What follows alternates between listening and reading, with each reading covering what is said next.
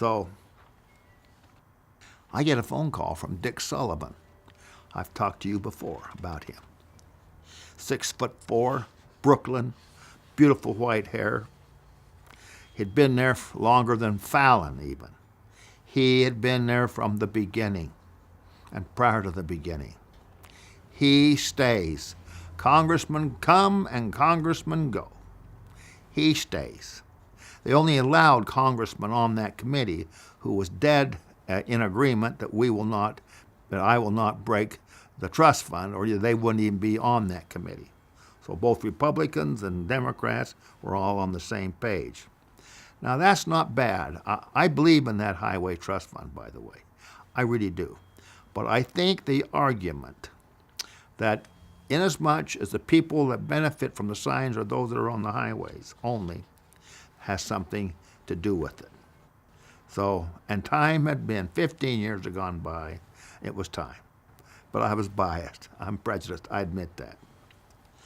Now I'm in front of Dick Sullivan, which I would see on average at least once a week. I'd see. He'd be the grumpiest, growly man you'd ever meet in your life. And to try and get a smile out of him was next to impossible. But he had changed his attitude towards me. After the meeting with Volpe, and he saw what I was really like and how I presented myself to Volpe in about a 45-minute to an hour presentation, and how I'd hit Volpe's desk so hard and let him know who I was and the power that I had in that discussion with him and the logic of it, and Volpe just buying into it that fast. Therefore, Sullivan, for the first time, started to take me very seriously. Now I'm in there. Here's what he said. Doug, I've grown to like you. I've grown to respect you. I admire your tenacity. But I have sat in this chair most of my adult life since becoming an attorney.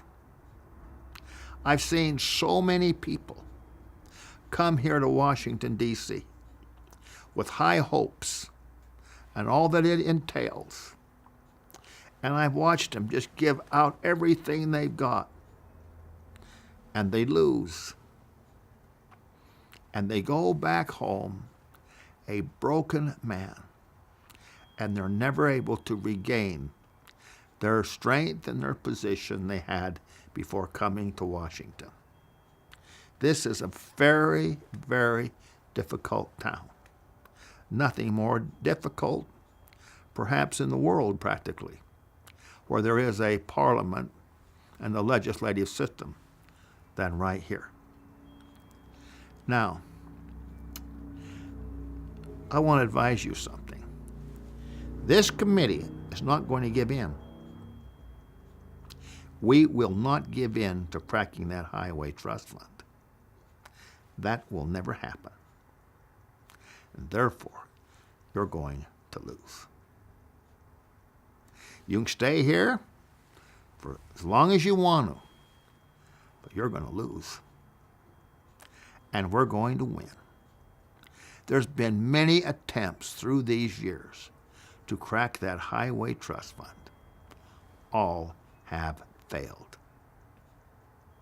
So the dream of the Snarr plan is not going to ever come into existence.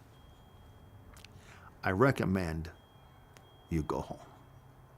As a friend, someone that really likes you.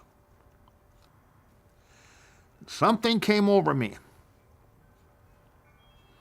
and I was stirred to the depths of my soul.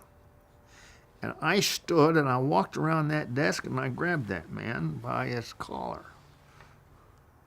And I held him right there in his seat. And I said, Dick Sullivan, please hear my position. I will leave this town only on 2 conditions. Number 1, that the highway beautification program and the Snarr plan is implemented, or in a pine box. One of the two. That's it. I want you to know that I will win. For 3 reasons. I'm morally right. You passed that Highway Beautification Act. You didn't fund it like you should have. You have delayed because you're in the pocket of national advertising. Not what's best for the country, only what's best for you. And national advertising ability to pay you all off. I'm morally right. Number 2, I'm legally right. Because the law is very clear what should be done, and you've not implemented one provision of that law. You've only delayed. The environmental movement is big. It's on my side. I am politically right. You're morally wrong, you're legally wrong, and you're politically wrong.